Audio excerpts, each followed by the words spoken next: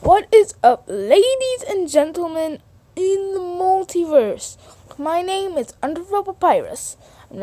Whatever. Anyways, today we are reacting to my horribble spelling. I think I've seen this one. I don't remember. I've seen a lot of the old ones out. Go subscribe to him. He's a very cool YouTuber. I love his stories. And yeah. Okay, class, spell Wednesday. I don't know how to spell Wednesday. Well, James, just sound it out. Oh, okay.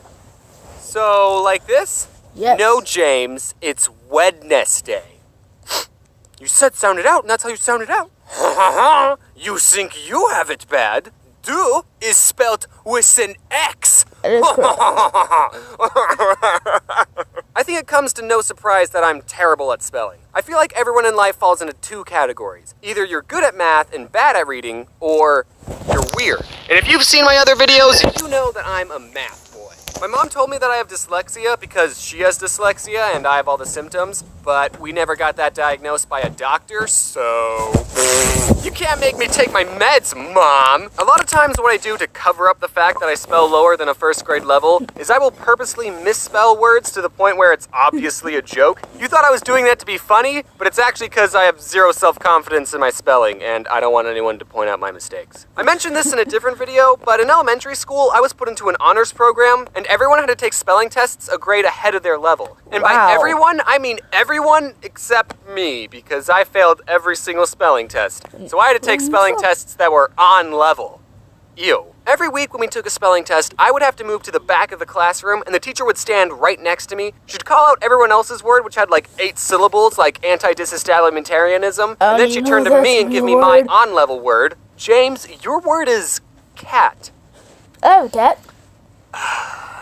Also, one year our class did a spelling bee and everyone had to participate, and like, I didn't even care that I was the first one out. Hey, that's almost my name. Another thing that I mentioned in a pretty old video is that I used to have a speech impediment when I was little. I couldn't pronounce my O's and I talked like this. I'm good now. Obviously. So every other day during school, I had to go to a speech therapy class, and one day the teacher who taught me how to pronounce my O's, I'll call her Mrs. Kool-Aid, gave me this sheet of paper with a bunch of raindrops on it, and she said, for every raindrop on this page, say the word raindrop. But then she just left the room, and I said, well, I'm not gonna do this. I didn't say raindrop a single time, because like, no one was even there. No one would have seen me not saying raindrop. So why would I do something that I didn't want to do? But then, the funny part is, when she came back, she asked, are you finished saying your raindrops? No. Well, how many did you say? I didn't say any.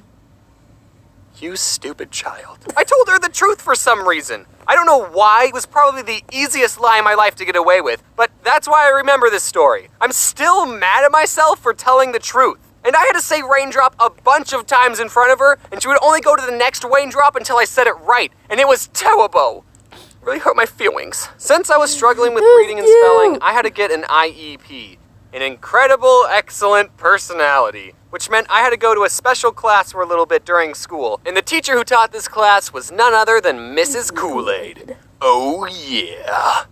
I don't know why I said it like that. I don't remember anyone ever telling me I was put into a special needs class. I just remember going into speech therapy every other day, and then those classes slowly morphed into teaching me how to read and spell. I don't know, I thought reading this book would have helped me talk better. 2 other kids were in the reading class with me, and I remember the day when reading for me just clicked. Us 3 were given a simple sentence to read. It was about bees. It was so simple. It was literally just, to defend their hive from wasps, bees don't sting the wasp. Instead, they all crowd around the wasp and flap their wings to raise their body temperature, heating up the wasp until it dies. And then Mrs. Kool-Aid asked us, okay, how do bees defend against wasps? And the other 2 kids said, they sting them. And I said, what? No, you morons! Didn't you read this?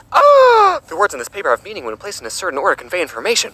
Also, I never want to get hugged by a bee. So I was in these classes all the way until the 6th grade. I was getting better at reading. It still wasn't great, but I was getting better at it. And one day, Mrs. Kool-Aid said, you know, James, you should try competing in the Battle of the Books. Battle of the Books? Battle of the Books? Battle of the Books! Finally! Silly reading sounds fun! At my school, Battle of the Books was this competition where students were given a list of 4 books to read within a time limit of like 2 months. I don't remember how long it was. And after however many months it was, the contestants would sit in an auditorium and take turns answering questions about the books. And whoever got the most questions right would get a pizza party. And that's where the battle part comes in. We'd kill each other for pizza. And then there were 2 more rounds, each with 4 more books, so there was a total of 12 books you had to read. And we were allowed to be with a partner, so my partner was TJ. Hey TJ, do you remember Battle of the Books? Yeah man, it was great. Now you're probably thinking that 4 books in 2 months isn't that hard, especially since they're kids' books. But as someone who didn't read any books on my own outside of school, it was a challenge. But I discovered a way to cheat the system. I discovered something called audiobooks. Instead of having to sit still and read the book, I could just have someone read the book to me. And I would get through the book so much faster. I'd be able to read a book in about 8... I didn't have a TV in my room and I had no phone. That's why I couldn't... That's why I wasn't making YouTube videos. I probably wouldn't have anyway, but I probably would have. Anyways, yeah.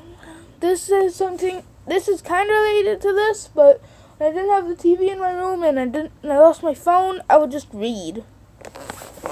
Hours as opposed to reading a book. Never, because I would never be able to finish a book on my own. And I was actually able to understand what was going on. I legitimately thought that listening to audiobooks was cheating because of how well it worked. So I never told anyone my secret. Until just now. Please don't tell anyone. Also, I didn't just turn on an audiobook and start playing video games. No, I sat in my bed next to the CD player and followed along with the book, and sometimes I even took notes. I've wanted to talk about my love for audiobooks for so long, but I can't, because then people will think I'm getting paid by a certain company, but I'm not, and I'll prove it. Instead of wasting your money on quality audiobooks made by professionals, you guys should all check out LibriVox.org, where you can listen to free public domain audiobooks, which means there's only old-timey classical books on it, like Aesop's Fables, which in my opinion is all you need. Anyway, TJ and I did the Battle of the Books, and for one of the rounds, TJ was sick, so I had to answer the questions all by myself, and I never forgave him for that. And also the whole time, I was keeping track of everyone's points, and me and TJ got the most questions right. My math skills are finally being useful. I was already craving the pizza. After the last round, the teacher said, "Okay, I'll tally up all the points and let you all know who the winner is in a couple of weeks." But since I was keeping track of everyone's score, I already knew we won. I turned to TJ and I said, "TJ, guess what? We already..." Oh, this is the round that you were sick on. Sorry. We won. I turned to TJ and I said, "TJ, guess what? We already..." Oh, this is the round that you were sick on. How did I not notice that until just now? But then a couple of weeks go by and I'm not hearing any news about a pizza party. I was expecting to walk into class one day and there would just be a pile of pizza boxes waiting for me, but that never happened. The teacher in charge of the competition was the librarian, so one day I went up to her and I asked, "So, did you ever say who won the Battle of the Books? Also, my favorite pizza is barbecue chicken." And she said, "Oh, these 2 5th graders won."